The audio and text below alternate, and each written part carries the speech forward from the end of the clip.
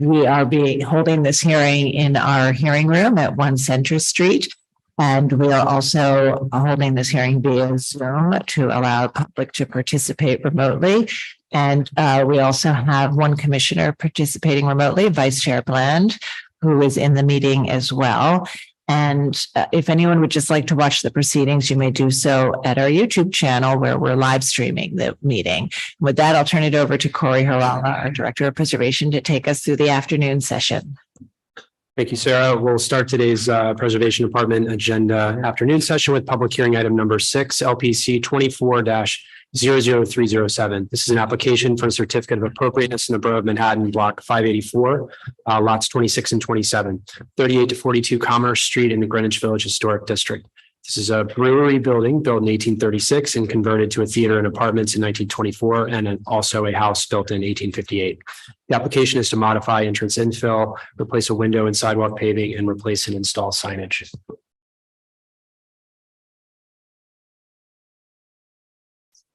That's good. There we go. Good afternoon, Commissioners. Erin Ruley, Higgins, Quays, Barth and Partners. We're the historic preservation consultants for this project. I'm joined today by Alex Whitco and Ann Asherman of Leroy Street Studios. They're the project architects, and we're representing A24, who are the new operators for the Cherry Lane Theater. So here we have the project site. This is the Cherry Lane is actually two buildings, number 38 to 40, which is, let's see, on the right, and number 42 on the left, and it's on the south side of Commerce between Bedford and Barrow Streets at that sort of crook of Commerce Street. And these are two early to mid 19th century buildings that were later converted in the 1920s for theater and restaurant use. The original buildings were a stable and a brewery. And of course, this is all located in the Greenwich Village Historic District. Here's just an overall view of the proposed scope of work. As you all likely know, Cherry Lane is a long-standing off-Broadway theater.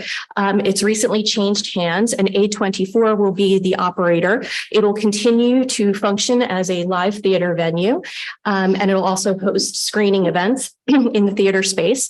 The proposal today converts the rear portion of number 42, which is the 4-story building on the right. The rear portion is currently a black box studio theater, and that'll become a restaurant, which interestingly was its original function in the 1920s conversion. And so the intent here is to be sort of a light touch, a very minimal intervention that's derived from the historic conditions, which we'll take a look at. And all of the changes are to non-historic fabric. And so the scope of work is some new infill within this stable entry.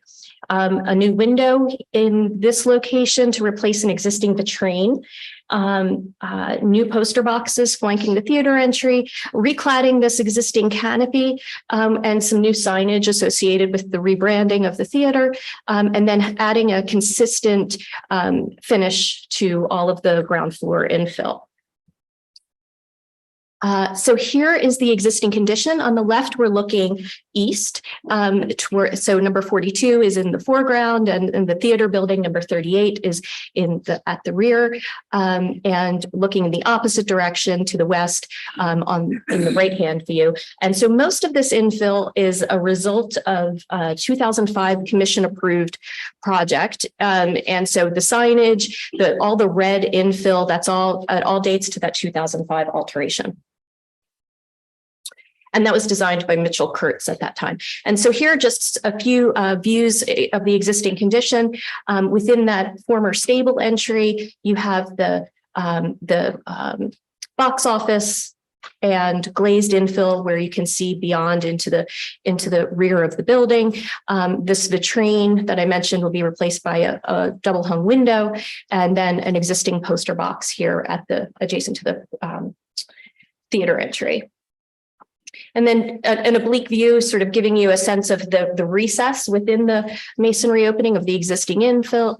And of course, after hours, there's a security gate that is deployed to secure the space. And then just a couple of other views within that, the recessed area showing lighting, cameras, and other attachments within the opening, and how that glazed infill meets the masonry surround. And so, as I mentioned, the buildings originally constructed in the 19th century, 1924. A band of artists joined together, including Edna St. Vincent Millay, and they rehabilitated this entire corner of Bedford and Commerce Streets.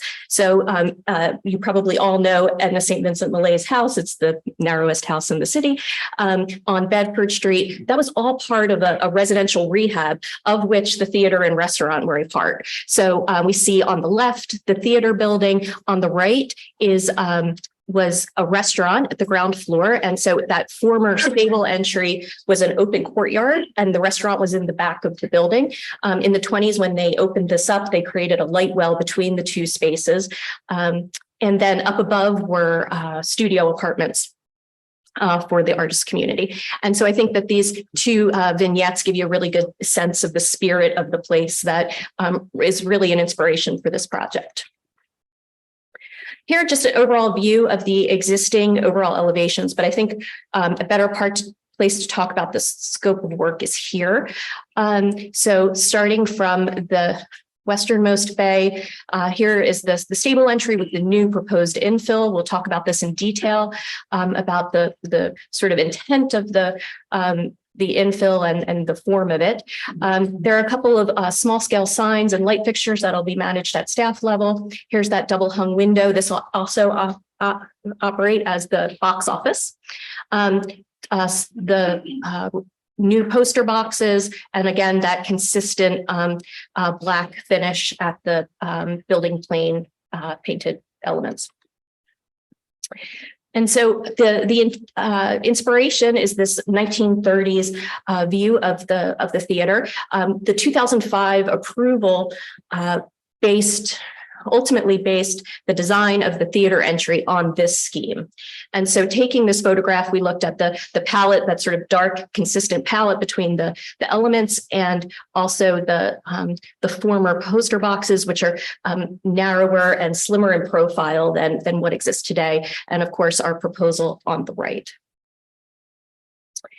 And then just to see how these changes work in plan, the existing condition is on the left. We have that box office, that little red box is right here. So it's sort of slightly set behind the masonry opening and then projecting out within the space of the opening. And then the glazed infill is set immediately west of that.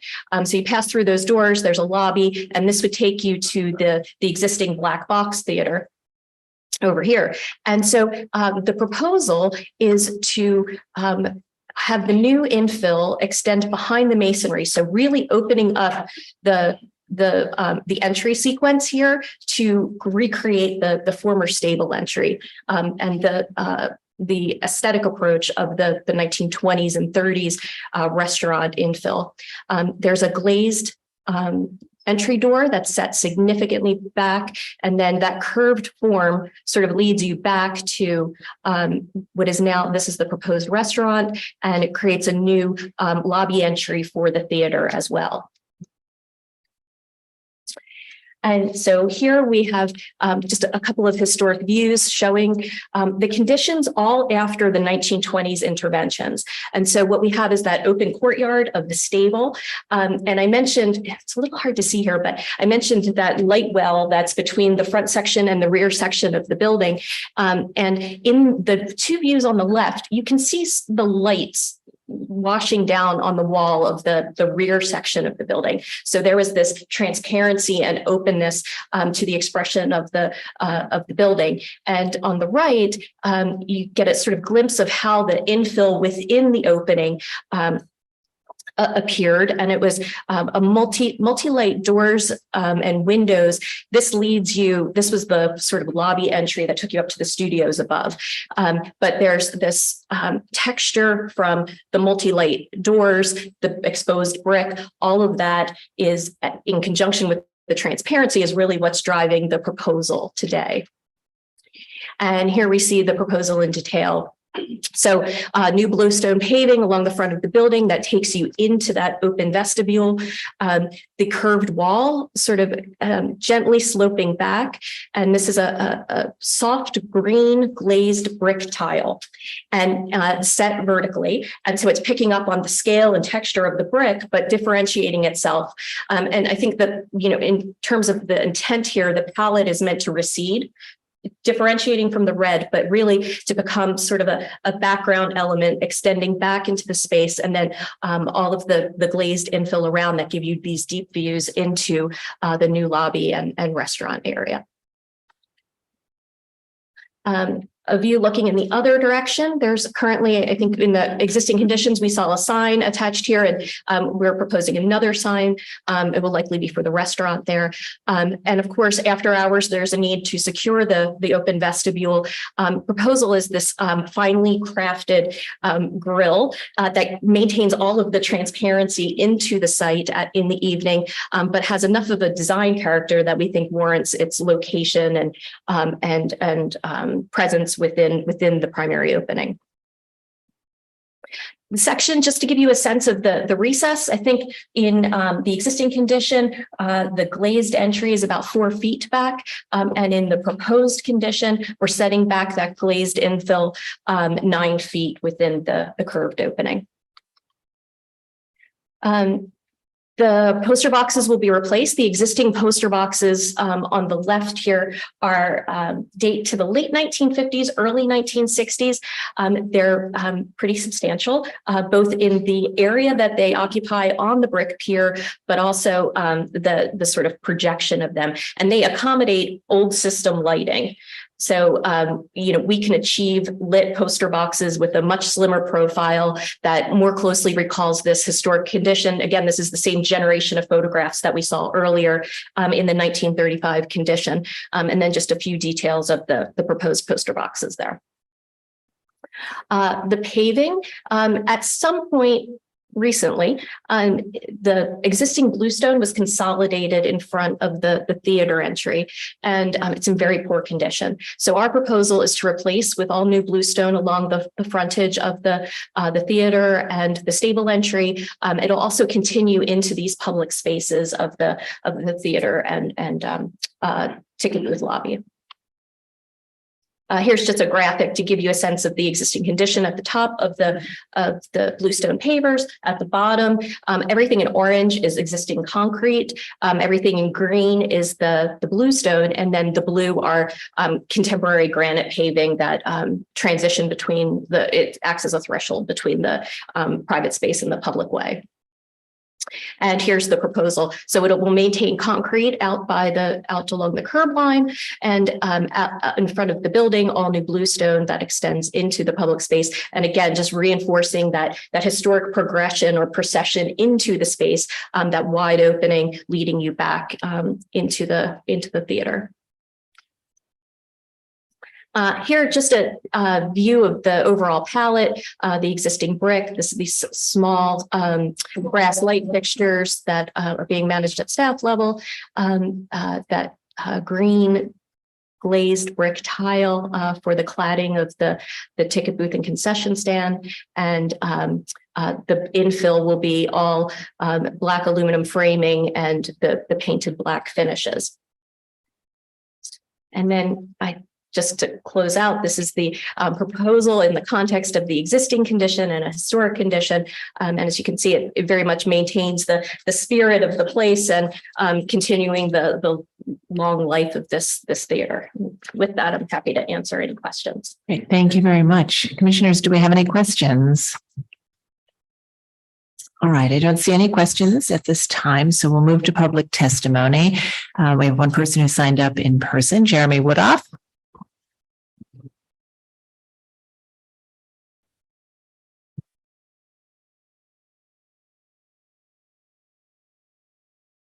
Good afternoon, Commissioners. I'm Jeremy Woodoff, speaking for the Victorian Society, New York. The Victorian Society supports this proposal for the most part, finding that some of the work is restorative and other work will eliminate or mitigate some obtrusive features. The modern entrance to be removed at number 42 is not significant or harmonious with the building, particularly, and the new one, though still modern in design, is further recessed and will work better with the overall building composition. The two brass or bronze poster boxes to be removed are substantial and have an interesting mid-20th century design. Please see the photos with our written testimony. They may well predate their installation at the Cherry Lane. We're surprised the theater wants to replace them as they have a significant street presence and the internal lighting could be restored. Nonetheless, they appear to have no special historical relationship to this site, nor is their design especially harmonious with the buildings. Therefore, we think their removal is appropriate, but we hope they are salvaged and put to a new use here or elsewhere. As for the new boxes, details aren't provided. They should be more than flat aluminum boxes. The frames should have some detailing. They do not, thankfully, incorporate LED screens. There are 3 intact flags of bluestone pavement, which should be retained and reset if possible. Removal of the broken bluestone flags and modern granite is appropriate as they will be replaced with new bluestone. The new bluestone pavers, however, should match the old ones in size and orientation, with the narrow edge parallel to the building and the joints offset to the joints of the adjacent concrete sidewalk. This is the way these and all historic bluestone sidewalks were patterned, not with the long edge parallel to the building. We recommend that the new 1/1 window be revised to incorporate multiple light sash as documented in the historic views and in conformance with other windows in the building. We also urge the applicant to consider replacing the faux Dutch single door with its crosshatch paneling at number 42, a stylistic anomaly. This appears to be the entrance to the upper floors, but a more appropriate door would benefit the overall appearance at street level. Thank you. All right, and there's no one else in the room to speak, so I'll turn it over to Gregory Kala to see if we have remote participants. Thank you, Chair Carroll. We received a couple of signups in advance for this item, the first being Lucy Levine from the Historic Districts Council. So Lucy Levine, I'm promoting you to panelist right now. And if you could please unmute your line and state your name for the record, you'll have 3 minutes to speak. Thank you. Hi, Commissioners. My name is Lucy Levine. I'm speaking on behalf of the Historic Districts Council. HTC applauds the thoroughness of this proposal and suggests that the applicants also consider replacing the theater's faux Dutch door. Perhaps a unit that matches the other replaced door would be an appropriate solution. Thank you. Okay, thank you so much for your testimony. Next up, we'll be hearing from Sam Moskowitz from Village Preservation. So Sam Moskowitz, I am promoting you to panelist right now. So if you could please unmute your line and state your name for the record, you'll have 3 minutes to speak.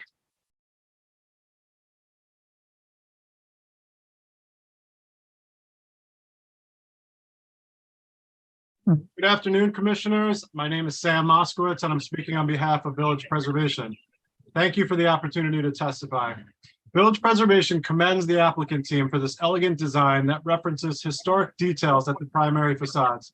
We're pleased to see a beloved cultural venue in Greenwich Village preserved and celebrated. We are largely in favor of this proposal. We do have some concerns that the curved ticket booth with its vertical stacked glass and green glazed tile could detract from an otherwise laudable restoration. Though this feature is technically restricted to the interior of the building, it will be prominently visible from the street. We hope that ways to lessen its visual impact will be considered. Thank you. Thank you so much for your testimony. I am looking at our attendees list now. I do not see any further hands raised. So I will note for the record that Manhattan Community Board 2 recommends approval of the entry and box office design, historic style signs, historic paint colors, the sidewalk and entry paving, and denial of the intrusive banner sign above the entrance as detracting from the historic character of the building, and that measures be taken to conserve the painted sign on the lintel over the entryway, and denial of the modern light fixtures, and recommends that the existing fixtures be retained or replaced with historically correct fixtures. And I'll bring it back to you, Chair Carroll. Okay, thank you. And so I'll ask the applicants if they'd like to respond, but just a quick note, I believe the light fixtures are eligible for a staff level approval and the banner is being hung from an existing pole. So that is also not before us today. Okay. So thank you. Those were my first 2 points. I think picking up on the Victorian Society's comment about the multi-light sash, we thought about this carefully, and we thought it was important. It is going to operate as the ticket booth, the box office window.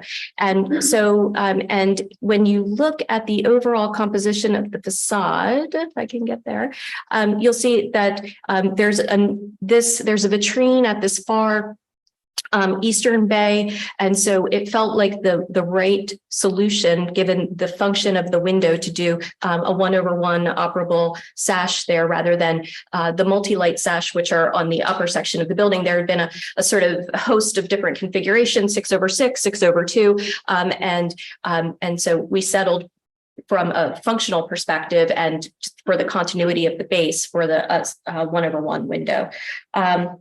And then just to touch on the Village Preservation's comment about the impact of the ticket booth, I think, the whole intent here is that it really be this really subtle integration within the space that picks up on the scale and texture, but without having a real presence within the opening, and that it recede from sight. So I think and believe that that's what we're achieving here. That's it. All right, thank you. Commissioners, do we have any final questions? Okay, I don't see any questions. So Commissioner Chen, would you make a motion to close the hearing? So Thank you. Commissioner Lutfi, would you second that motion? Second. All in favor, say aye. Aye. Any opposed?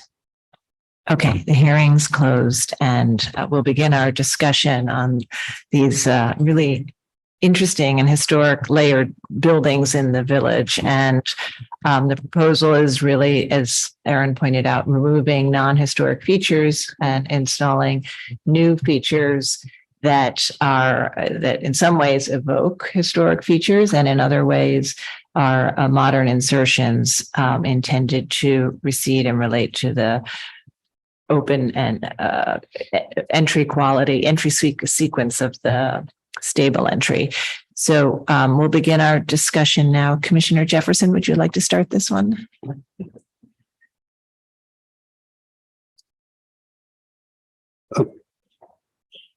Modify entrance infill appropriate. The entry and box office design with historic style sign and historic painted colors, because the sidewalk and the sidewalk material is all appropriate. Replace sidewalk and entry paving appropriate. The whole job is appropriate. Thank you for thinking each piece independently. Commissioner Holford-Smith. I agree. I think it's appropriate. I think that the new entryway into the sort of box office restaurant will be subtle, and I think keep the original carriage, the masonry carriage opening to be the dominant feature. And I think the choice of materials is quite nice. Yeah, I think it's all appropriate. Okay, thank No you. comments. Commissioner Goldblum. I agree. Commissioner Ginsburg. Appropriate. Commissioner Chen. Right, Commissioner Lutfi. Well, it's definitely appropriate, but I'd just like to say a few more things. I really think it's terrific. And I just love the way you have gotten rid of the Cherry Lane Theater is like a historic, cultural venue in the city. And on that street, it's a great marker. When you walk down, you see it, and so much meaning, and I'm so glad it's still there. But I think the time had come for a little bit of upgrading and refining, like what it looks like from the outside. And I think that this project has done a really excellent job of doing that. Just using the, drawing from the history and taking that black and following it, the black color of following it through really integrates the two pieces of the project in a really lovely and understated way.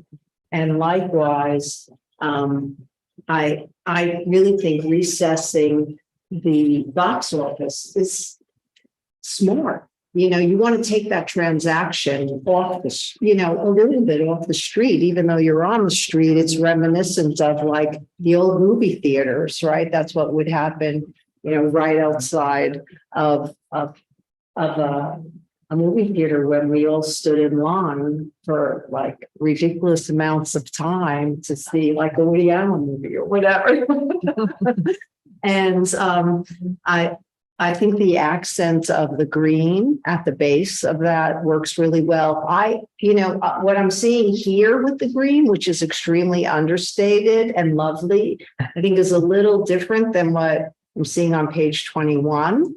And I would just say work with Steph a little bit on that, because I think you want it to be more muted. This might be a little on 21, a little harsher. And like I think what you're doing with the posters makes perfect sense, and it's more understated, but it's going to get the attention that it needs. So that's it. It's a wonderful project. Great, thank you. And Vice Chair Bland. Sometimes good taste, which this represents in extremes, can go a little too far. I'm going to really miss those red accents. I mean, this is a theater. This is a theater. It's a time to break out and have a little more fun. So it's all very good taste. I can't be against it, but I'm sort of going to miss some of the eccentricities that have been, driven out. I won't vote against it, but I'm going to miss it. Okay, thank you. And I just touch on a couple of the other features that we didn't speak about. And I do think that the green tile, you can continue to work with the staff, but I think your intent is appropriate to add that texture, but to be recessive and maintain the dominance of the opening as it always has been. And then with respect to the 1/1 window, I accept the rationale that you're looking at the base of the building as opposed to the upper floors and having that continuity at the base.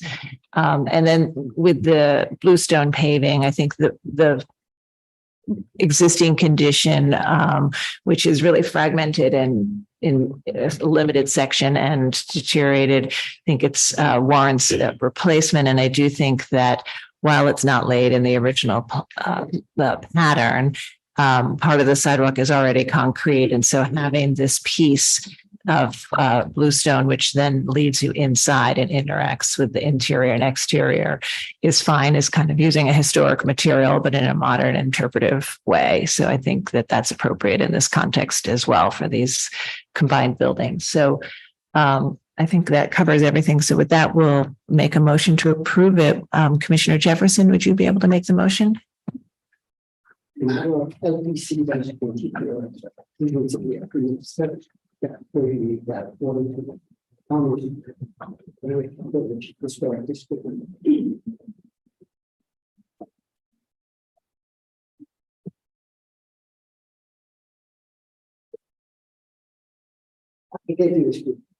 modify and and sidewalk, they will replace and install signage.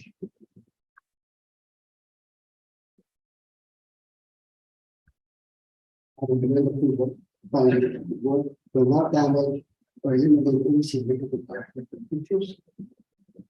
Setting the new box office entrance further back in the opening and incorporating large areas of place without the store. Makes sense at the transparency in the store. Location. Existing overly burden the box office to further reinforce its subordinate presence within the facade competition. Because the proposed community cloud can help provide technical and scale without further attention to the installation. And the majority of the page, and that's the statement, by the performance, by the verbally of this time, transparency, when you close. And the proposal one double box office being what you want to think the box. Both the amount, the size and shape and the usage. Finish. Earlier, both the boxes is called the facade. That only a small amount of additional text. The neutral color of the attic. With a green flag side building.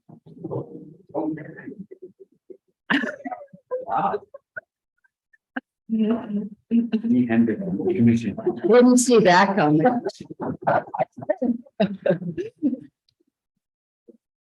But the existing new stone neighbors are to be consolidated and we are in deteriorated condition. One with the replacement and the overall amount of new stone pavement will increase that the regularized paving pattern So the judge and former President Donald Trump's will not fall on due attention to himself. But the continuation of the proposed community.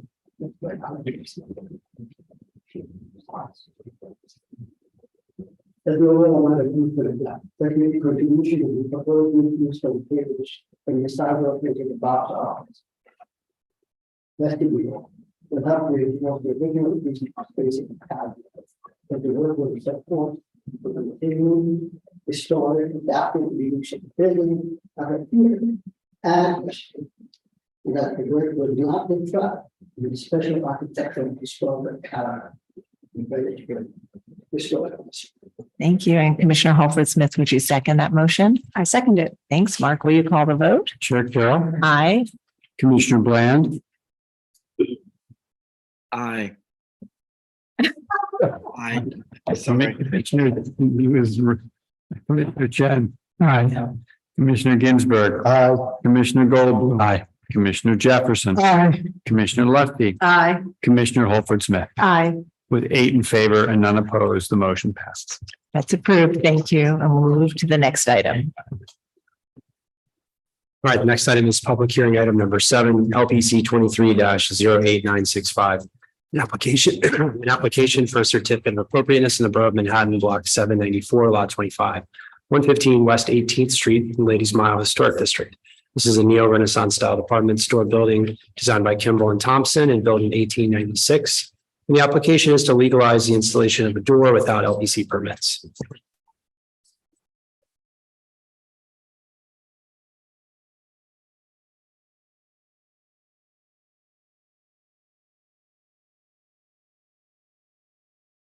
Good afternoon, Commissioners. I'm Julie Rosen from Higgins Quaisbarth and Partners, the preservation consultants on the project, and I'm joined today by my colleague Cass Stackelberg, as well as Summer Sorensen from WeWork. 115 West 18th Street is a 6-story mid-block building that runs through block from 18th to 19th Street, just west of 6th Avenue. You can see that here on this map. And it's located at the far west side of the Ladies Mile Historic District. This is a sizable building. It has over 200 feet of frontage on 18th Street, which is the facade that's shown in the photo on the left-hand side of the slide. The building was constructed with a number of different access points. There are currently 3 active entrances throughout the building on both 18th Street and 19th Street, as well as a number of closed-off shaftways. And the subject of this application is the east entrance door on 18th Street, right here. And it was installed by WeWork, who is a tenant in the building. We've been working closely with WeWork throughout this process to legalize the existing bronze door infill, which was installed without permit. The infill has a contemporary design that's well proportioned to the entrance opening, as well as to the overall scale of the building. And there was a prior approval for a different door design at this location But we do believe that the installed door is also an appropriate design for this building as well as the historic district. And I'll show you some examples of district context a bit later in the presentation. And here are a couple of views looking east and west on 18th Street. The view on the left is looking west and the view on the right is looking east. And this shows the door location within that broader context of both the building and the streetscape. As you can see, it's a small entry on a very large elevation, and the recessed condition does limit visibility as one passes by the building. The entrance door is also not seen in conjunction with the other entrance infill throughout the building. As I mentioned, there are multiple entrances and shaftways at the building, again, both on 18th Street and 19th Street. They're shown here, 18th Street in the left two images, 19th Street on the right two, and those are shown in the key plan at the bottom of the slide. As you can see, there's no consistent treatment amongst the different entrances. There are varying door designs, different surround designs, and then also several infilled openings, all kind of accumulated over time, and none of it is historic. All of the infill was non-historic in the designation report, and it was noted as such. The building was constructed in 1896 as a warehouse addition in support of the B. Altman department store that fronted onto 6th Avenue. So 115 is shown here with the red arrow, the department store here along 6th Avenue. And as we can see from historic maps, locations of entrances and shaftways changed a lot over time. For instance, the east entrance, again, the subject of this application, was a later addition. I'd also like to point out this large projecting canopy that was constructed on the 18th Street facade, which was there until at least the 1950s. We do have photographic documentation from early in the building's history. In this photograph from 1918, overall on the left and zoom on the right, we can see the canopy extending the full frontage on 18th Street, obscuring the condition of the east entrance. But by 1950, again, overall on the left and zoom on the right, we can get a much better look at the ground floor. And what we see is that the canopy was still there and a glass door had been installed at the east entrance. On the left, we have the pre-work condition. The pre-existing door was non-historic metal and glass. In 2019, LPC staff issued a permit for a new painted metal and glass door at this bay, but it was not installed and the existing bronze door was installed instead. And so what is in place now is what you can see in the center photo, as well as the detail photo on the right. And it shows a simply designed contemporary bronze door with side lights and a transom, and it's set back more than 2 feet from the facade. The door and all of the framing is real bronze. And just to clarify, there was no removal of historic fabric at this bay. The prior door, as you can see, was a modern design. And all of the surround material, the projecting portico, the enframement, all of that remains intact and it was not impacted by the current door installation. Overall, the installed door is not only appropriate for the building, but its configuration, its material, and its finish are all consistent with other LPC approved entrance infill throughout the historic district. We have an overall elevation drawing here showing the scale of the door in relation to the overall building. Again, the 18th Street facade has over 200 feet of frontage. This door is in an isolated location on the building at the east end. And then a couple of details. We have elevation section and plan. And particularly in the plan, you can see that very deep, about 2 foot setback from the facade. And looking more broadly at the Ladies Mile Historic District, there's a range of contemporary appropriate entrance infill designs that LPC staff and the commission have approved over the years. And the approvals on the slide just encompass a selection of the wide variety of configurations and metal finishes that are found throughout the district on both avenue fronting and mid-block entrances.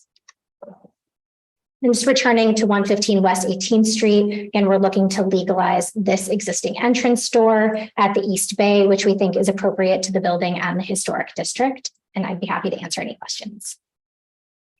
All right, thank you. Do we have any questions, commissioners? Okay. Just one. Yes, Commissioner Jefferson. All the other doors are going to be replaced by, is this going to be the model for all the other doors? This is not a proposal for a master plan. This is a single approval just for that door. That's correct. Okay. All right. So if there are no questions this time, we'll move to public testimony. Jeremy Woodoff.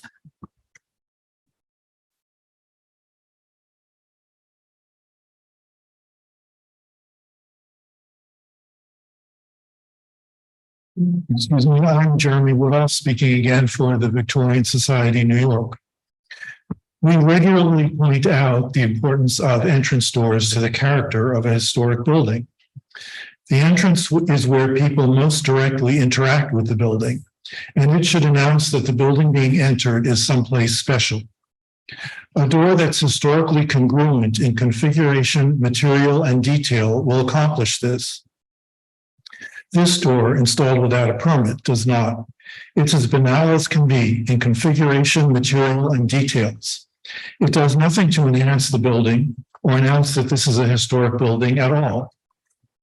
The presentation includes photographs of two other sets of doors on the building. On 19th Street, the varnished wood doors are noted as not historic, though they are appropriate. At the far end of 18th Street, another set of painted wood doors is also noted as not historic, but we think they most definitely are historic. Either set will provide a good model for new doors at the main 18th Street entrance. We urge the commission to deny this application and require a better solution. Thank you. Thank you. And seeing no one else in the room, I'm going to turn it over to Gregory Kala to see if we have remote participants. Thank you, Chair Carroll. We received a couple of signups in advance for this item. We'll first be hearing from Jesse Bodine from Manhattan Community Board 4. So Jesse Bodine, I'm promoting you to panelist right now. And if you could please unmute your line and say your name for the record, you'll have 3 minutes to speak. Hi, everybody. This is Jesse Bodine. I'm the district manager of Manhattan Community Board 4. I'm here to speak on behalf of this application. Unfortunately, the co-chairs of the Chelsea Land Use Committee could not make it today.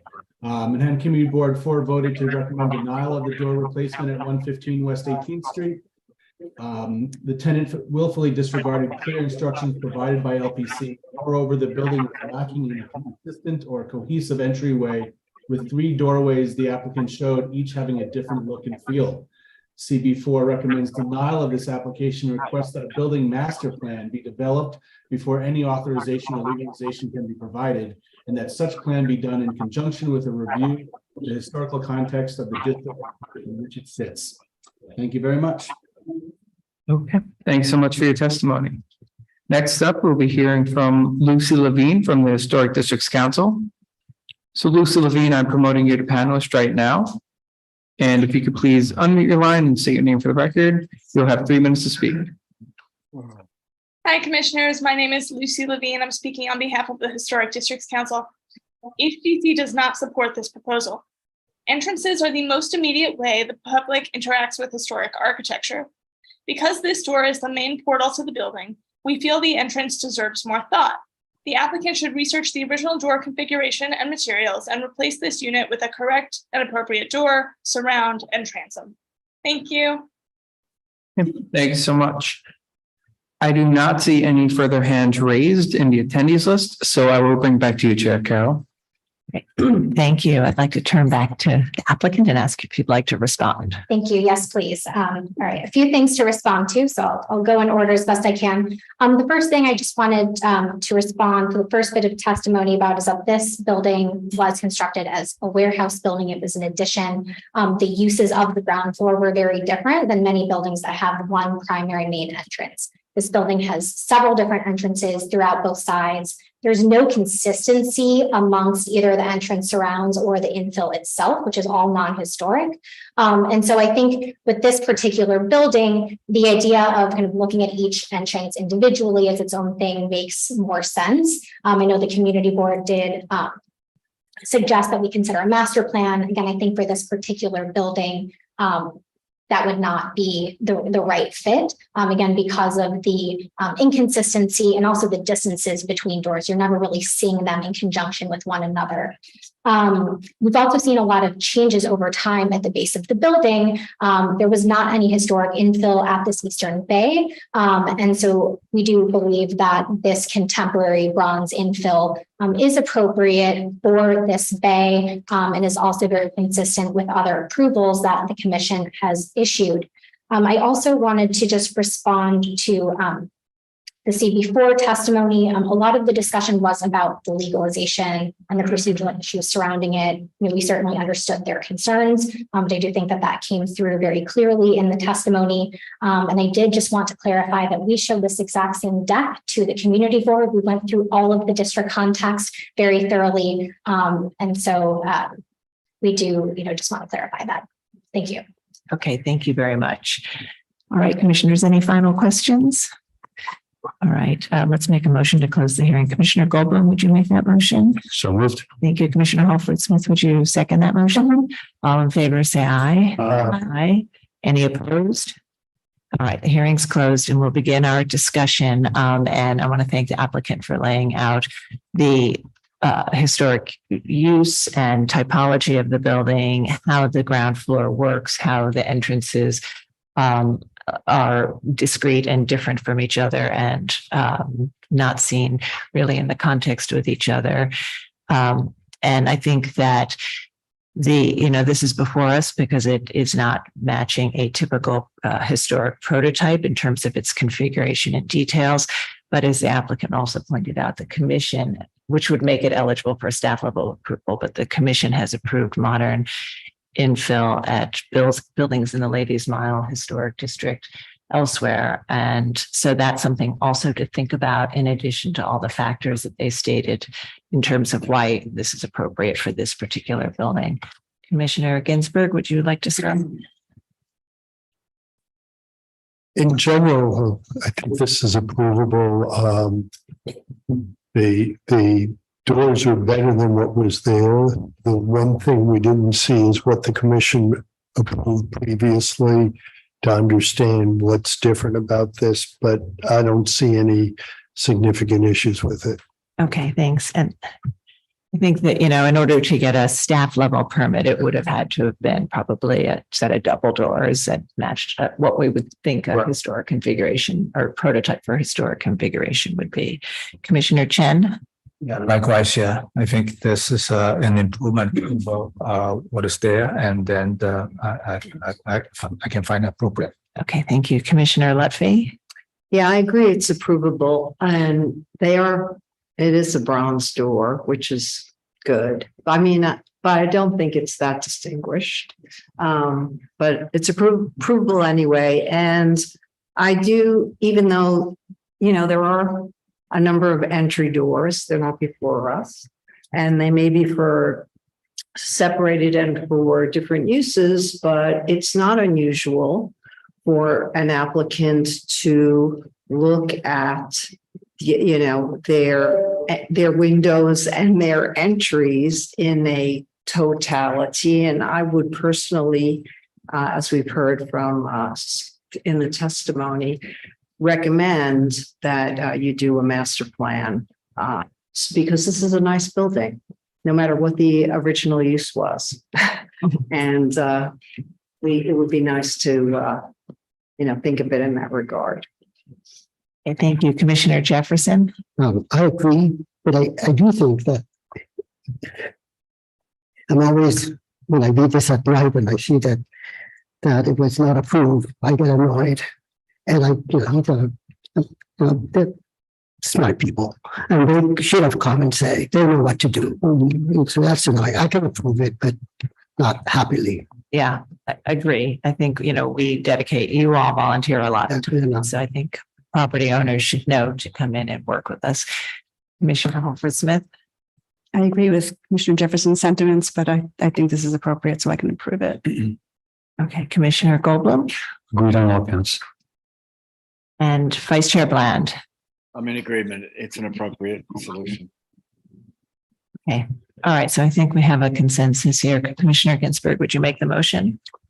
In the matter of LPC 23-08965, 115 West 118th Street, Ladies Mile Historic District, a neo-Renaissance style department store building designed by Kimball and Thompson and built in 1896. Application is to legalize the installation of a door without Landmark Preservation Commission permit.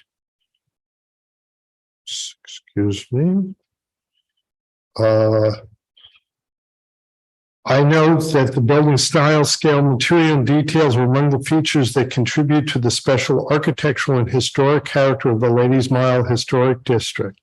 I recommend approval, finding that the removal of the modern entrance infill did not eliminate any significant architecture features, that the design of the new infill does not deviate from any consistent treatment of entrance infills at the building, that the entrance infill featuring bronze-clad metal framing configured with a centered single light door, side light, and transom reads as a contemporary intervention, and its simple design is deferential to the decorative masonry door surround, that the entrance infill is deeply recessed and visually disassociated from other entrances and therefore does not call undue attention to itself, and then the work does not detract from the special architectural and historic character of the building or of the Ladies Mile Historic District. Thank you. Commissioner Chen, would you second that motion? Second. Mark, will you call the vote? Chair Carroll, Aye. Commissioner Bland, Aye. Commissioner Chen, Aye. Commissioner Ginsburg, Aye. Commissioner Goldblum, Aye. Commissioner Jefferson, Aye. Commissioner Lutfi, Aye. Commissioner Holford Smith. Aye. With 8 in favor and none opposed, the motion passes. It's approved. Thanks. We'll move to the next item. The next item is public hearing item number 8, LPC 23-07068. An application for certificate of appropriateness in the Borough of Manhattan, block 1286, lot 21, 451 to 455 Madison Avenue, the Henry Villard houses, individual Penmar. This is a complex of Italian Renaissance style townhouses designed by McKim, Mead and White, built in 1882-5. The application is to replace courtyard paving.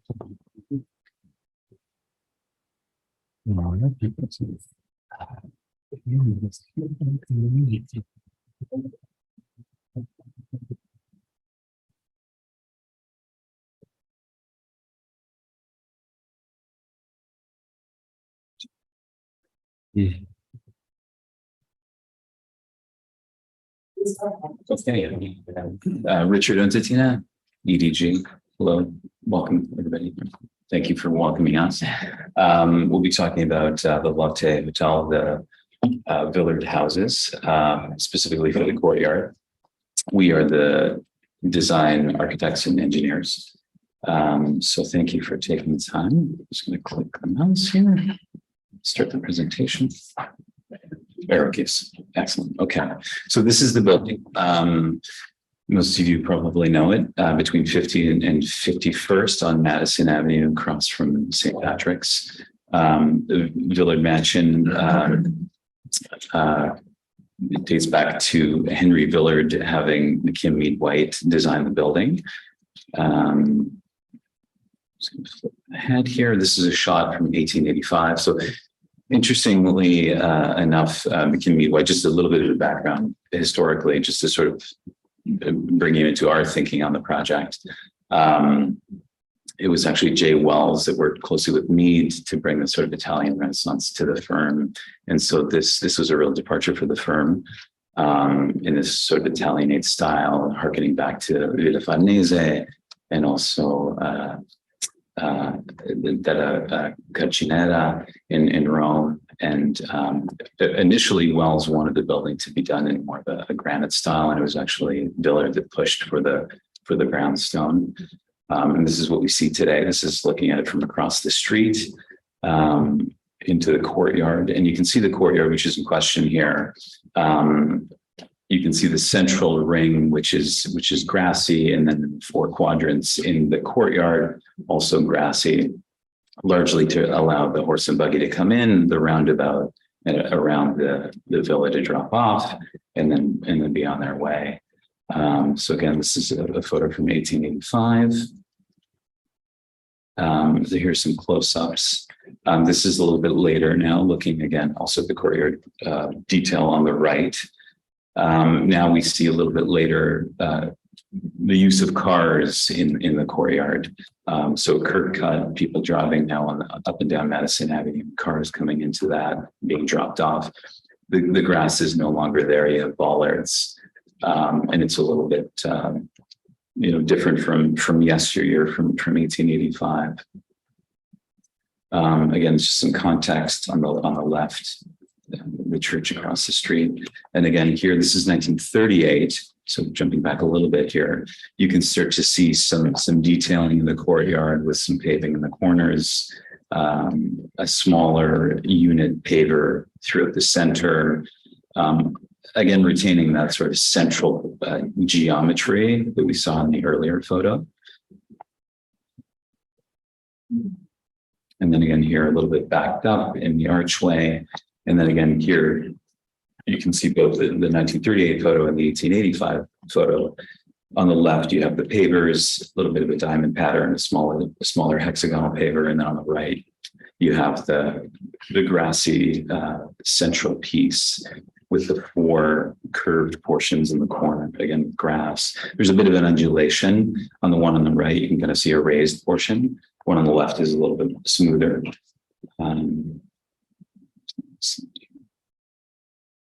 Some more historical footage.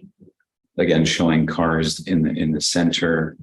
This time, no bollards. And now jumping ahead to the 80s, now we see a much different paving pattern here. Something much more colorful, something a little bit less in keeping with the Italian Renaissance style. And here you can also see the inclusion of some large planters scattered throughout the courtyard. In the sort of more around the center, and then some larger ones around the edges. There's a total of 10 in there. And these are quite tall, these planters as well. You can see in the bottom right image, a person standing there. But again, going back to the paving, this sort of knot form with the color is again, quite a departure from the original. And so this is just a top view showing essentially what it is today, the 4 larger planters around the central circle. And then you have these here being the sort of tertiary planters around the edges.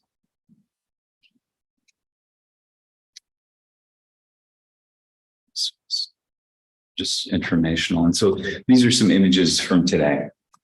Looking from the north building into the courtyard, you can kind of see those large planters. You see the pavers, and you see the planters beyond. This is underneath the umbrella scaffolding, which is there currently, but you can kind of see the pooling in the center around the central motif, which is here, but it's all very much uniform. It's a larger sort of 2x4 paver throughout the perimeter, which you can see in the earlier image here. So it kind of marches along to a miter, marches along the top and then the sides. And then there's a field condition, and you have that central motif, but it's all very much a sort of homogeneous, sort of gray stone, which you can see here. And so part of this whole exercise as well is to sort of address concerns with pooling and ponding of water, which you can kind of see here, and cracking as well. There's some detailed shots as well. Underneath the planters, you can see the drainage. There's 4 drains that are on the outside of the round portion, and then a smaller unit paver there, but you can see the sort of cracking that's starting to occur on some of these pavers. And Rebecca can speak probably a little bit to the existing conditions as well. Sure. So like Richard mentioned, we have some sporadic locations throughout the courtyard. Intermittently, the hotel is using this space and needing to bring in equipment. And I think that's what's contributing to the cracking for the most part, as well as the drainage issues. Another larger format paver that's cracking as well, a few sporadic locations. Another typical area where we're seeing cracking around the center area. In addition to the courtyard surface, we have brownstone stairs that enter the sides of the building. We've noticed that there's a lot of spalling that's occurred, and we also see that they've patched quite a bit in the past, and those patches have begun to fail. So it poses a tripping hazard for the occupants of the building. So ultimately, we want to resolve all these sorts of issues. And we'll explain how we want to do that. So the image that popped up here, this is really the sort of inspiration jumping point for us for this plaza. This is the Campidoglio in Rome, a very sort of important place in the city.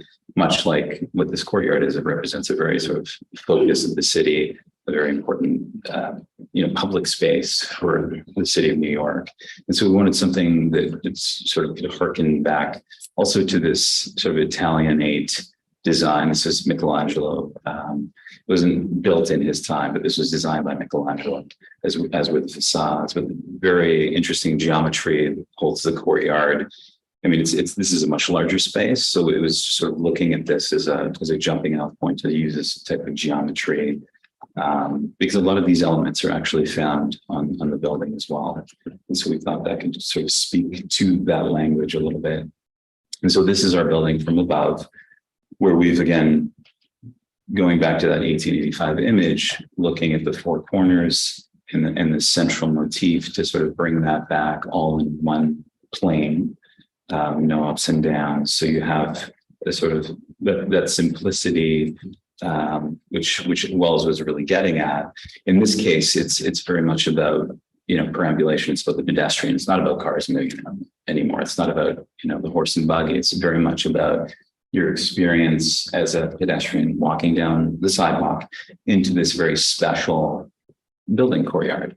And so, what would have Wells done had he not had to have, horse and buggies coming into here? What would that relationship be? And that was some questions we were asking ourselves. What would that want to be for the pedestrian coming into a space like this? And so it was important to sort of recognize those base geometries and then start to embellish the courtyard in such a way where it didn't compete with the building. It almost worked in concert with the motifs that he was working on. So here, just two materials, granite and limestone. The lighter portion is the limestone. It's a glacial limestone. We're looking to use a Portuguese limestone. So it's very dense. It's not porous at all. It's excellent for these kinds of quartz. This particular company, Solatsis, uses it all over, all over Europe. And so within the motif, we're looking at a smaller unit paver. And then outside of the round motif, it's a larger unit of measure that follows the geometry of the curve. And again, in the four quadrants, we're using a smaller unit of measure again, but it's really just these two materials. And we're keeping the stairs the same sandstone, albeit, repairing them to yesteryear. As Rebecca pointed out, there's lots of patching and lots of loose stones. So we want to address all of that as well. So these are the two materials. And I welcome you to come up and look at the materials. They're a little on the heavy side. You'll see on the left is the limestone. My left, your right. And that's a flamed finish. So it's also very important when you saw the images of the courtyard, it's actually a little bit smooth. And so because there's a lot of water ponding there, it's important to have something that has a bit of tooth that you don't lose the entire texture of the material. You want it to be obviously accessible, but make sure there's no issues with slippage and so forth. The material on my right, your left is the granite. Also, again, a flamed finish. And again, very important to have it not be have people slipping on the surface. And here you can see it up against the brownstone stairs. Here's just an image again across the street. Dusk. This is looking northward from the south building. The calibration of this central figure, let's say this geometric figure, was also taking into account not overwhelming the space, but also sort of working within the space and looking at the original. The center pointed star is actually large enough to sort of fit the Christmas tree that's here seasonally as well. So it doesn't sort of overwhelm and cover that, but it kind of works in concert with it. And then here again, it's just a simple line drawing of a representation of what the renderings show.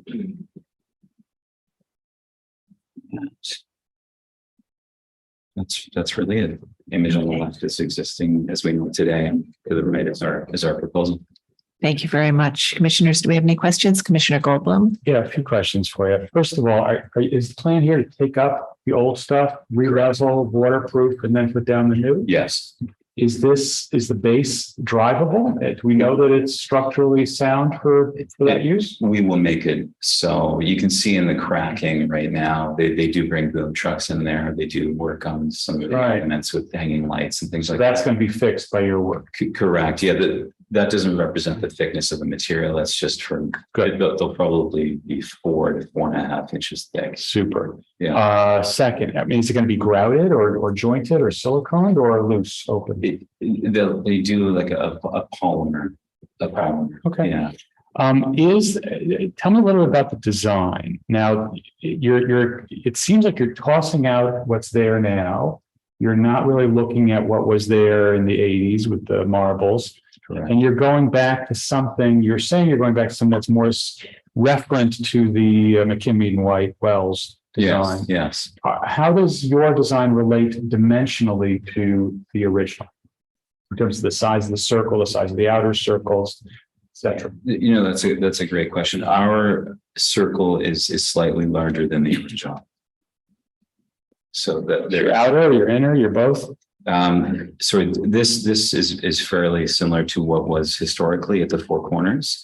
The central motif is probably slightly larger by about 3 feet, just to get enough for a car to come around and park. So it's slightly larger in its outer, but it's not necessarily that we're wed to it, that it has to be exactly that. But proportionally, this seemed to work well with the boundary of the buildings, the stairs. All right. So when you're looking at this diagram and when I see the research that you did on the original, what I see, it's a little bit different from the rendered version, whereas the rendered version shows a kind of a dark base with light accents. And the dark base, even though there's variation in the dark base from periphery to roadway to center in terms of texture, but basically the same tone.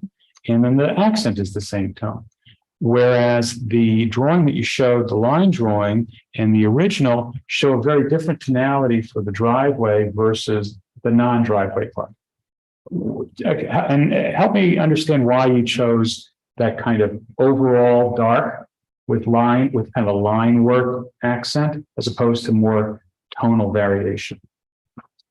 So you're referring to this drawing versus the line drawing? Well, I'm referring to this picture versus the original. I see. And the original as we know it from 1885. From the photos that you shared with us. Okay.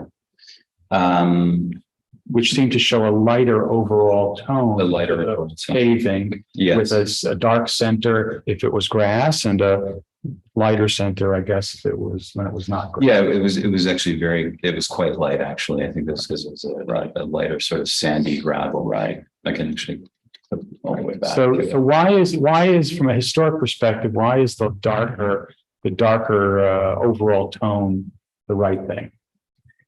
When we looked at this, I mean, you've got the roadway and then you have the sidewalk, which is a darker tone in the vein of the granite. So I think going to a lighter field condition would actually be jarring. So the granite's actually more in keeping with the sidewalk paving. And so it's really allowing the figure of the geometry to pop more. So rather than the field condition popping and then having the geometry, because I think in both cases, you'd read both more. I think if the field condition was light like this, and then you had darker stone for the central motif, I think you'd read both of them more than you would than how we're showing it. So you're going for a more uniform look with the whole thing.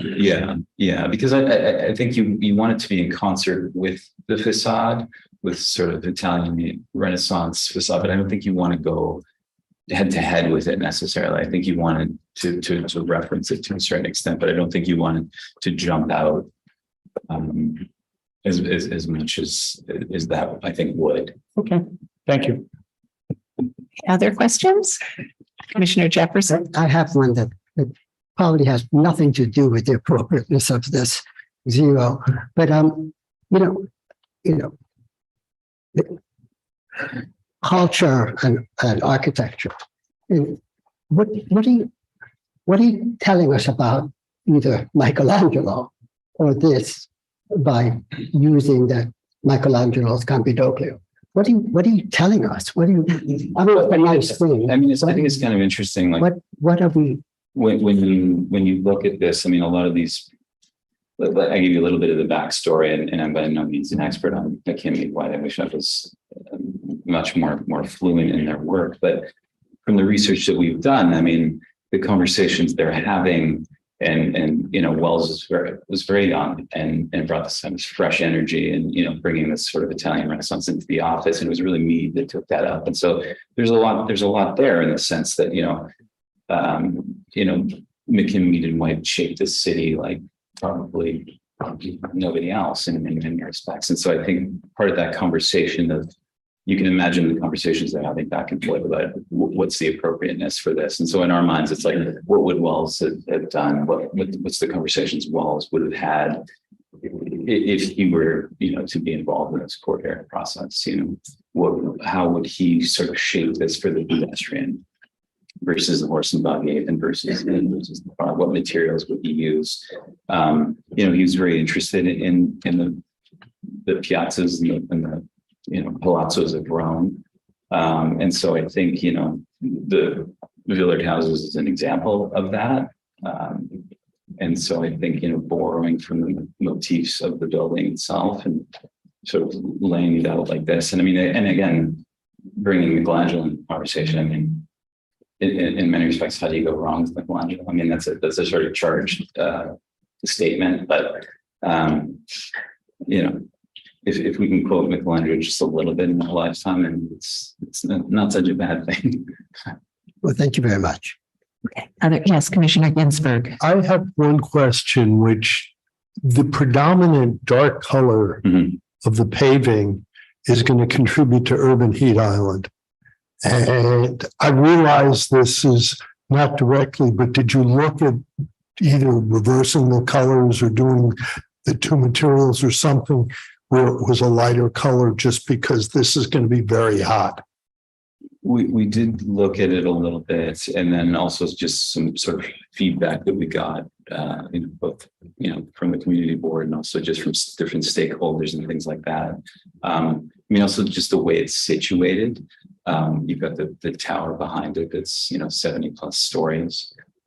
It's sort of run by it is a generous courtyard, but it doesn't get a lot of sort of active sun on it during the day.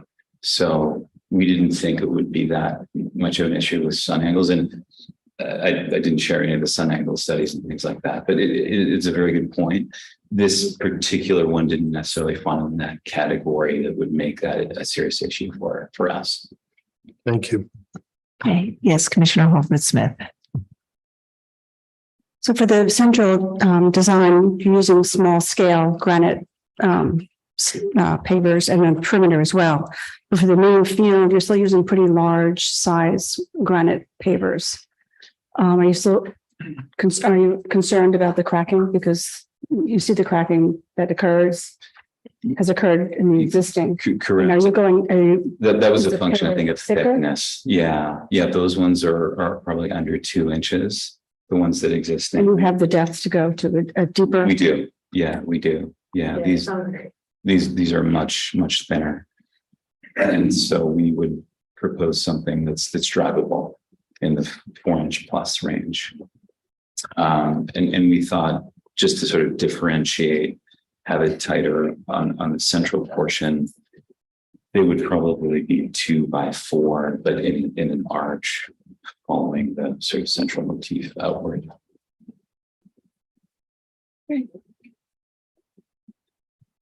Okay, thanks. Any other questions? All right, so we'll move to public testimony. Jeremy Woodoff.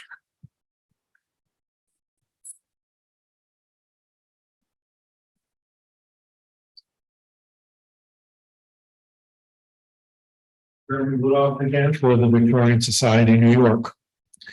We have in the past advocated for the importance of maintaining and enhancing a building's stylistic integrity when considering the appropriateness of a proposed change.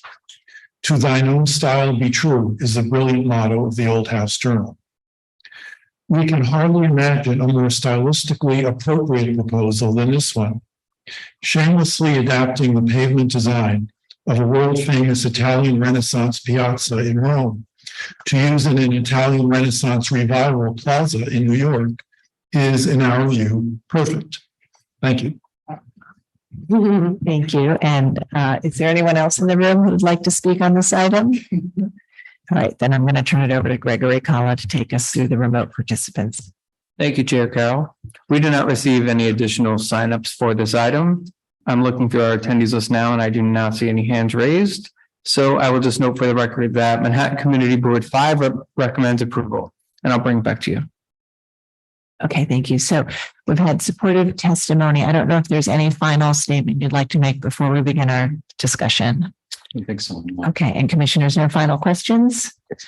Okay, so we'll move to close the hearing. Commissioner Lutfi, would you make a motion to close the hearing? So moved. Thank you. Commissioner Jefferson, would you second that motion? All in favor, say aye. Aye. Any opposed? Okay, the hearing's closed and we'll begin our discussion replacing the existing non-historic paving with new paving and a new configuration. Commissioner Holford Smith, would you like to start this one? Sure. I mean, I think that the choice of this pattern seems to be appropriate.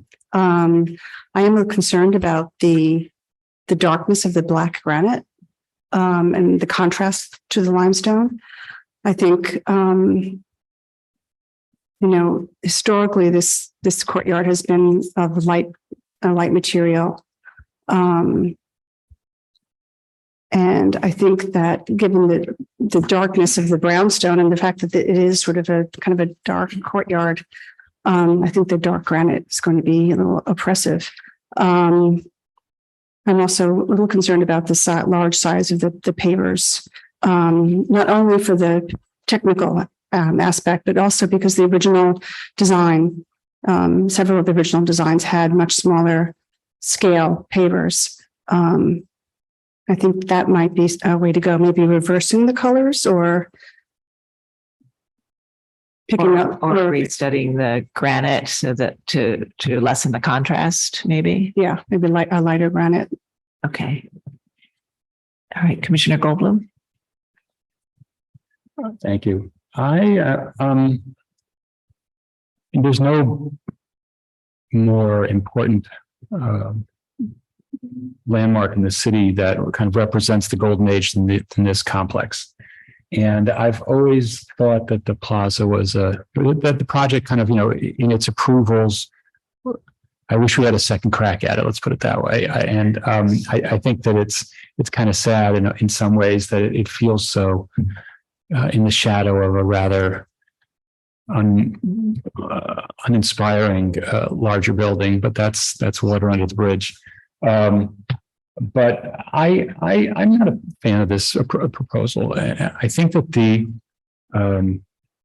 when we have such, when you have a building that itself is kind of compromised by a very close, very visible, very imposing contemporary addition, non-contributing, let's say, I think that the notion of trying to be as restorative as possible with what's left is a good idea. And I think given the quantity of really good data, I think that a more restorative approach is the way to go here. So I agree with Anne, but I would suggest going further that look at the scale of the pavers, the shape of the pavers, the size of the driveway, be restorative. I don't think it needs to be 100% restorative. I think you don't need grass. You don't need to have a curb and driveways, but to the extent that you can use the geometry and the colors, I think the gray is out of left field. The fact that it's there now is a historical accident that it was approved, by an earlier commission. It bears no relationship to the landmark. I mean, one of the most important parts of this landmark is the brown color, and the cream color of the paving would complement and enrich that. The gray is out of left field. I think that Michelangelo is a great guy who could knock Michelangelo, but I don't see where it relates to either the architecture of the buildings or the historical context of what McKinley Wright may or may not have done or thought. That's kind of not our business. We know what they thought, and they built it. So I'd say stick with it. Thank you, Commissioner Ginsburg. I agree with Commissioner Holford Smith. I think a lighter color should be looked at with staff. But in general, I think I could approve this. Okay, Commissioner Chin. Yeah, I'm in general agreement here. Is obviously the applicant needs to work with staff to calibrate this, and does have a lot of good points, and so does Michael. But it's I'm not going to play designer here. So I guess the question is, do you feel that the pattern should be restudied or just the contrast? Yeah, so I'm kind of ambivalent about that part because it's imitation is a form of flattery, but I think it's in the context of a different setting. Michael's point's well taken. That is sort of we all walk through this courtyard when Urban Center book was there, and you walk out into the courtyard, and that was the dominant feature. It was not the thing, the structure itself. So, and so we've got a couple issues here, which is the texture, the color, and the thickness, and how do you make it not repeat the same pattern of the same issue we're going to be confronting in a few years, given that maybe the best way is to prevent the client from driving in. But I'm sort of ambivalent over here on this one. Okay, thank you. Commissioner Lutfi. I'm going to speak to what Ann said. I agree. I'm fine with the design. But I think that the pavers could be smaller, and also, as she and Michael said, the color, the gray color, actually doesn't work well with the building, and so some color combination that is a beautiful accent to what's there without, competing with it in a way, would be great if they work with staff on that. Okay, thank you. Commissioner Jefferson. I'm not opposed to the image and the transplanted image. And I had a hard time with this one, but I think once you decide on the image, then tell me more. And tell me more about, it's flat. It says nothing about Michelangelo. It doesn't say anything about this place. And it's just an image, a postmodern image installed, although it relates to the building itself, the Renaissance building. But it doesn't say much more than that. And I wish it did somehow, but I can't disapprove it because I just wish more. Okay. All right, Vice Chair Bland. Well, there have been paving patterns here in the past. There'll be paving patterns here in the future. I suppose this era's paving pattern that's being shown here today is as appropriate as any that we're going to likely come up with. Choosing Michelangelo at the Condelio is perfectly fine. I think that's okay as a starting point here. I think I would agree with Ann's and others' comment that maybe the contrasting color scheme is too contrasting. And I would lighten the gray as opposed to changing the light limestone. Otherwise, I think it's fine for now, and we'll probably see another one in 20 or 25 years. Okay, thank you very much. All right, so I think, I understand you have more concerns about the design, but I think we have enough to support it with this design conceptually, but working with the staff to lighten up the gray granite so that there's less of a contrast and look at the size of the larger field, pavers in the larger field. So would you be able to make that motion? I think then we'll see where we are, but I think we have that. In the matter of LPC 23-07068, 451 to 455 Madison Avenue, Henry B. Yard Houses, individual landmark. A complex of Italian Renaissance style townhouses designed by McKinley and White, built in 1882-85. The application is to replace courtyard paving. I recommend approval with modifications, finding that the courtyard paving has been replaced multiple times during the course of the building's history. Therefore, the removal of the existing modern gray granite paving will not eliminate any historic fabric. That the replacement of paving is warranted by its deteriorated condition and will facilitate drainage improvements. That the circular pattern will reflect the geometry of the circular carriageway visible in the historic photographs, thereby recalling aspects of the architect's historic intent. That the use of an Italian Renaissance style motif will be in keeping with the style of the individual landmark. However, I found that the highly contrasting colors of the proposed paving and complex design will compete with the significant features of the building. Therefore, I recommend that the applicant work with staff to reduce the color contrast between the paving materials and or simplify the design, and potentially look at reversing the light to dark proportion, and to look at a smaller scale pavers throughout. Okay, thank you. Commissioner Jefferson, would you second that motion? Second. Thank you. Mark, will you call the vote? Chair Carroll, Aye. Commissioner Bland, Aye. Commissioner Chen, Aye. Commissioner Ginsburg, Aye. Commissioner Goldblum, Nope. Commissioner Jefferson, Aye. Commissioner Lutfi, Commissioner Holford Smith. Aye. With 7 in favor and 1 opposed, the motion passes. Okay, so please continue to work with Leanne and staff on the final selections. Okay, we'll move to the next and final item. Okay, and that is public hearing item number 9, LPC 23-04680, an application for a certificate of appropriateness in the Borough of Manhattan, block 1721, lot 8, 15 West 122nd Street in the Mount Morris Park Historic District. This is a row house designed by Cleverton Putzel and built in 1887-88. And the application is to approve the construction of a rooftop addition built slightly taller than approved under Certificate of No Effect 19-24513.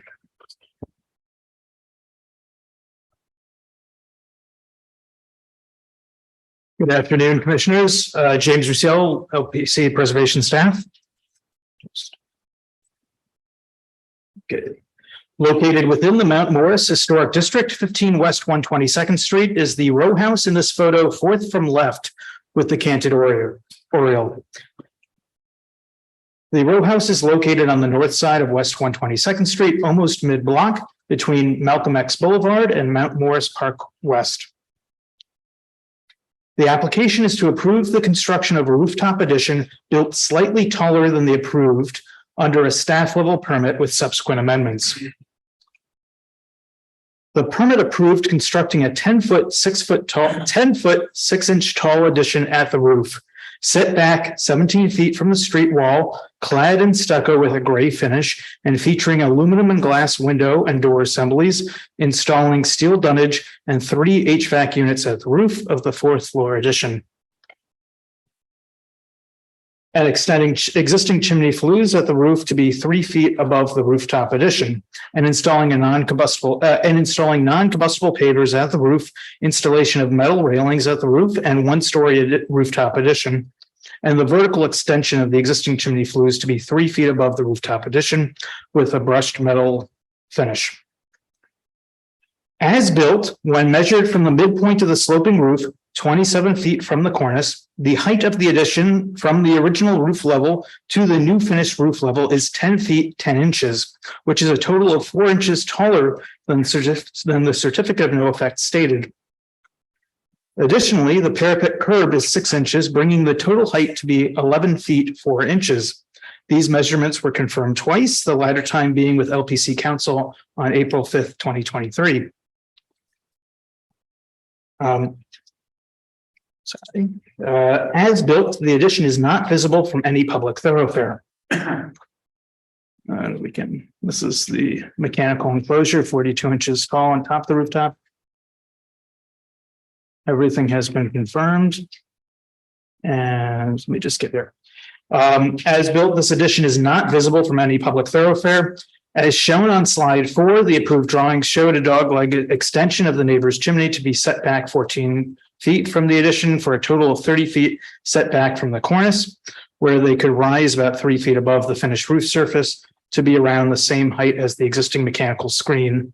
And the mechanical screen was here. Yeah. Okay, at the same location, which is not visible. If the flues were to be extended straight up from the existing chimney 3 feet above the 11'4" tall addition, these flues would be possibly minimally visible based on current definitions of the commission's rules. Thank you. Okay, thank you. Commissioners, do we have any questions? So just to sort of, I think, put this into some context, the rooftop addition was approved under a staff level permit.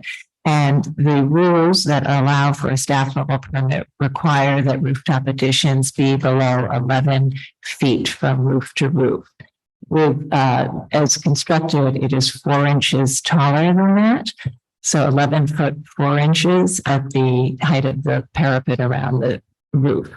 It is not visible from a public way, and if the chimneys are extended as approved, it would also not be visible. But if they did go straight up, they would meet our definition of minimally visible. So, okay. So if no questions, let's move to public testimony. We have one person who signed up, Timothy Nani. Yeah. Yes. And just again, state your name for the record. So my name is Tim Nani.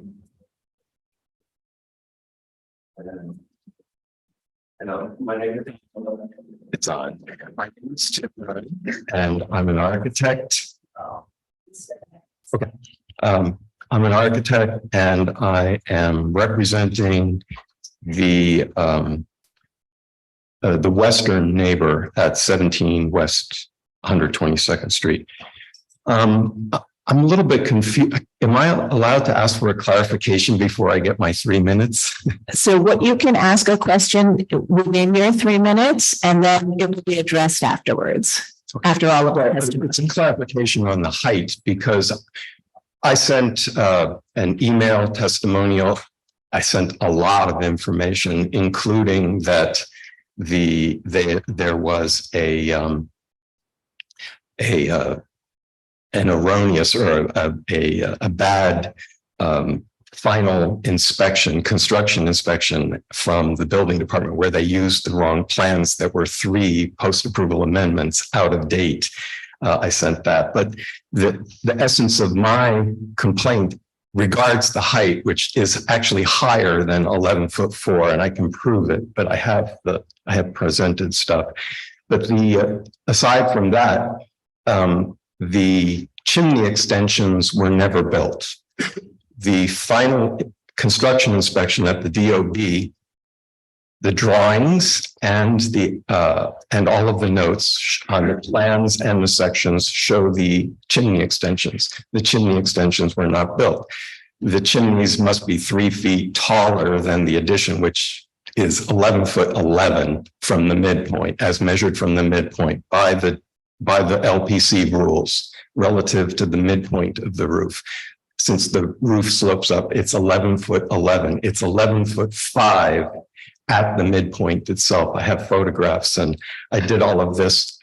And I told, or I didn't tell, but the 15 West 122nd was made aware 2.5 years ago, when they were still under construction, that the building was too tall. And 17 West has their whole thing. The only thing they care about are the chimney extensions. And that has never been resolved. So my point is that they're not built. I have called for the building department to go back to the site. They're going to go back to the site. There are multiple things that were not presented to the LPC that I pointed out in my written testimonial, several things that, according to the landmarks, they want to know about, such as stairs that were built in the back that were never drawn, that are out of code, a guardrail in the front that is built that was not put into the drawings, that is not code compliant. And then the major thing is the chimneys. I'm sorry, so if you could please wrap up your statement. Okay, so then what nobody knows is when these 3-foot chimney extensions are built, what that visibility from the street is going to be. And obviously that will have the fact that they were worried about the height. I can see from the old stuff. LPC was worried about the height of the front chimneys extensions when the building was only 10'6" high. Now that it is 11 high, 1'5" higher, and that the chimneys are going to have to be 1'5" higher, bringing it to 14'11" above the midpoint of the roof, they are going to be substantially visible from the street. But my other point is that this meeting shouldn't even be happening because the construction sign-off should not have been granted because it was granted from old drawings and they missed the salient thing. Chimney extensions were not built. Thank you. All right. And is there anyone else in the room who would like to speak on this item? All right. I'm going to turn it over to Gregory to go through the participants. Thank you, Chair Carroll. We did not receive any additional signups for this item. I'm looking through our attendees list and I do not see any hands raised. So I will just note for the record that we received additional testimony from 3 individuals recommending approval. And I'll bring it back to you, Chair Carroll. Okay, thank you. All right, so I'd like to turn back to you or the applicant to address the testimony. I think the question is there any representation of the visibility of the chimneys when they are constructed? And 2, I know that James has been to the site, as has our council. So the question then is, do these drawings accurately show everything that was constructed? Thank you, Chair Carroll. So in terms of the mock-up installation, well, in terms of the measurements, I believe I heard 2 things, and I'm willing to let our council speak to the measurements as these were recorded in the last time. But we did measure from the midpoint of the roof, as you can see demonstrated here, and we are quite confident that this is 11 feet 4 inches. Actually, the finished roof surface is 10'10", but then that little, you can see it's a dark aluminum band. It's a parapet curb and it's 6 inches. And that was also specified on the drawing. So it's pretty much there, but it's a typical historic feature is that these row houses have rooftops that slope downwards. So towards the back, you'll get a little bit higher than 11 feet. In terms of the, let me just kind of go back one, if you don't mind.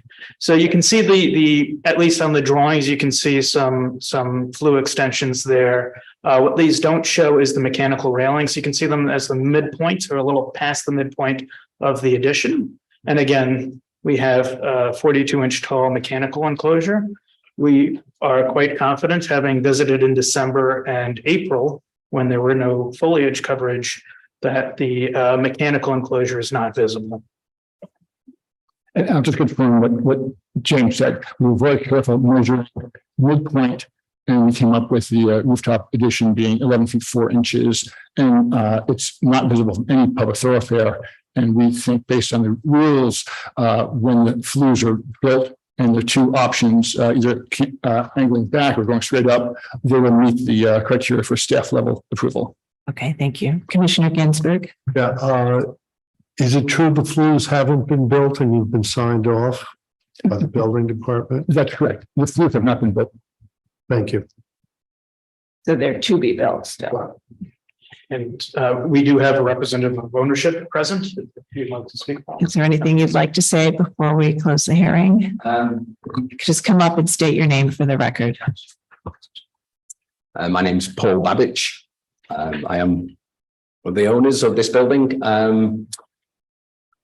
The flues, we did try and build them on 2 occasions, but even though we've had approval from landmarks and from DOB, the neighbors were not happy with the design, and so they refused to let us build those chimneys. So that is why we didn't build them. All right, so in order to get your sign off, you will have to construct the chimneys. We've approved them. The Department of Buildings has approved them. And you're getting your final sign off from DOB is really, I guess, going to be pending your dispute with the neighbor. Right. Okay. Any other final questions? All right, let's move to close the hearing. Commissioner Jefferson, would you make a motion to close the hearing? Thank you, Commissioner Lutfi. Would you second that motion? Second. All in favor, say aye. Aye.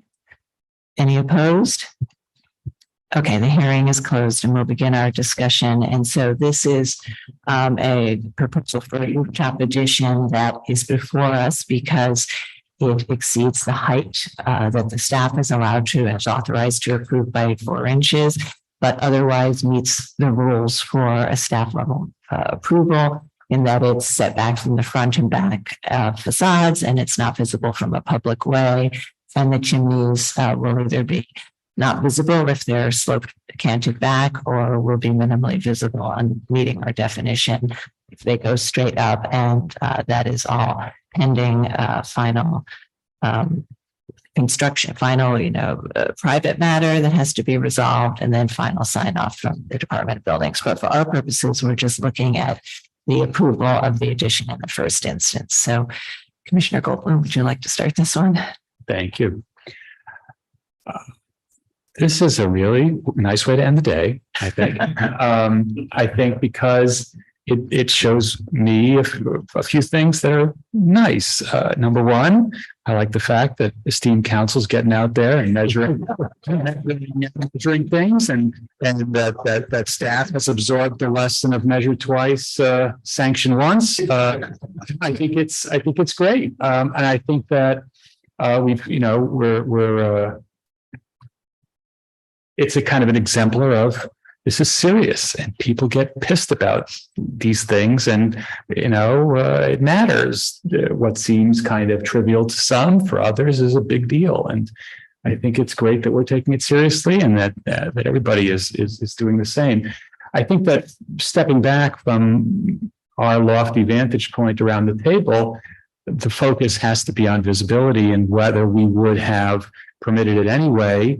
And I think that staff has made the case fairly convincingly that in any case, this would not have been something which we would not have found appropriate had it been presented to us on a commission level review. So therefore, I think it's totally appropriate. I think that more people should have pictures of tape measures in their applications. I agree. Commissioner Ginsburg. Appropriate. Agree with Commissioner Goldblum. Commissioner Chen. Learn something new every day, measure twice. I agree here. Okay, Commissioner Lutfi. Appropriate. Commissioner Jefferson. Appropriate. And Commissioner Holford Smith. Appropriate. And Vice Chair Bland. Appropriate. Okay, and I think it is worth pointing out that we have 2 processes here. One is for it to be, one is a staff level process, and that is when the work is proposed and designed pursuant to rules that authorize the staff to issue permits. And then the other path for an approval is to come to the full commission at a public hearing. And so while it is 4 inches taller than what would be approved at the staff level, it is consistent with the sizes of additions, particularly those that are not visible from a public way that the commission routinely approves, as well as some visibility of chimneys is also routinely approved around this table. So with that, we'll go ahead and make our motion. Commissioner Goldblum, would you make the motion? regarding 15 West 122nd Street, Mount Morris Park Historic District, the applications to approve the construction of rooftop addition slightly taller than approved under CNE 19-24-553.